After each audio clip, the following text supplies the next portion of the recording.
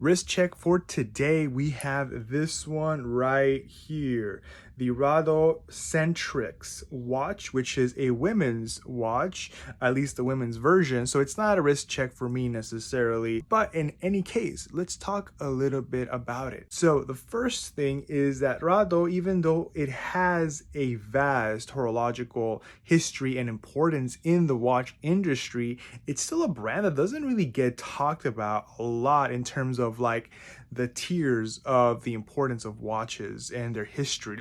But this one, in my opinion, is one of the nicer women's watches that I have seen and held in some time. So let's go through it a little bit. First and foremost, the cool thing about this watch is that it's one of the few ones that I actually like the two-tone that it has. And I think the big reason why, it's because it's titanium. The band itself is titanium, so it's a little bit darker than usual.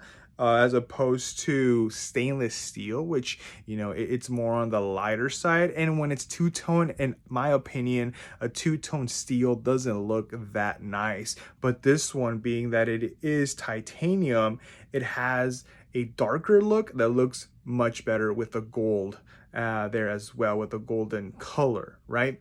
The other thing is that the dial is a beautiful, kind of like iridescent, almost white slash silver, depending on how the light hits it. And the actual bezel, being that it's silver, it really helps the dial to pop. Right now, the markers are tiny, right? Being that it's a women's watch, so they are in gold. I don't know if you can get a little closer look here. It might be a little bit difficult to see, but they are in gold, all of them, including the hands as well. They're also gold with some white on the bigger hands, as you can kind of see there.